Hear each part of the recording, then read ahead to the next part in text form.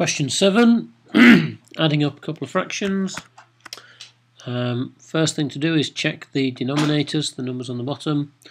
They're not the same, so we can't add them directly. 3/8 plus a quarter, they don't have the same size of fraction, if you like.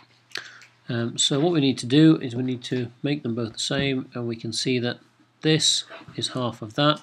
So if we double this top and bottom, times by 2/2, since 2/2 is equal to 1,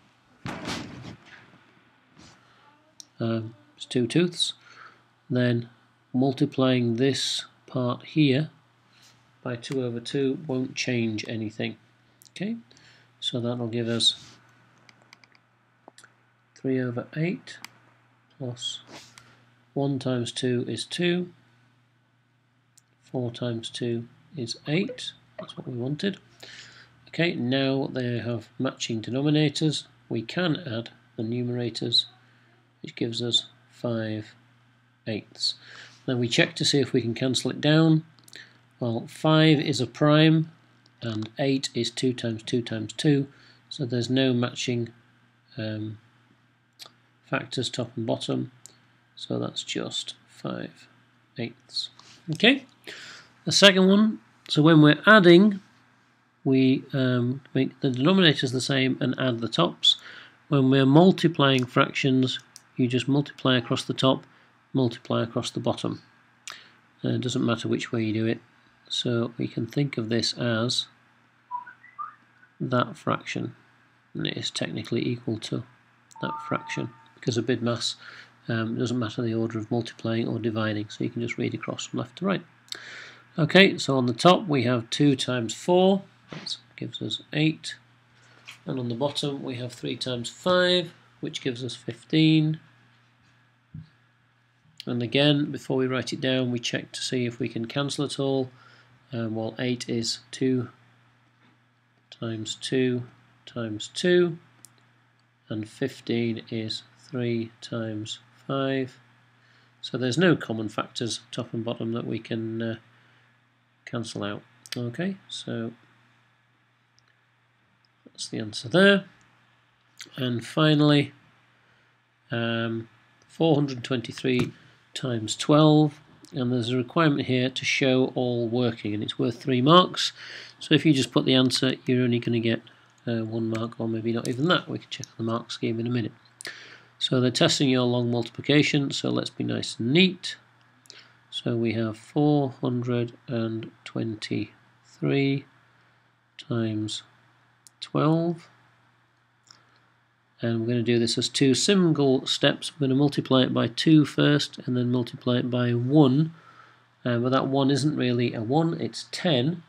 So in order to be able to kind of inflate this 1 to be a 10, on the second multiplication we're going to add a 0 in the units column, which will inflate the whole answer to be 10 times bigger over here. Then we'll add those together. Okay, so 2 3s are 6, nothing to carry. 2 2s are 4, nothing to carry. 4 times 2 is 8, 846. And then 1 times 3, and we can quickly see that this is going to be the same as our original number because it's all times 1, but it's not really times 1, is it? It's times 10, and so this 0 has inflated the whole number to be 10 times bigger than 423. And we add these 2 digits together, 6, 7, that's a 10, so we can put a 0 there and carry the 1, and then 4, pick up the 1, gives us 5076. Okay, let's do a sanity check. Let's just roughly calculate this.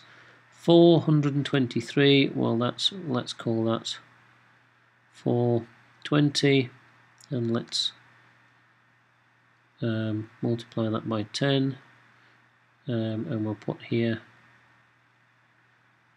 estimate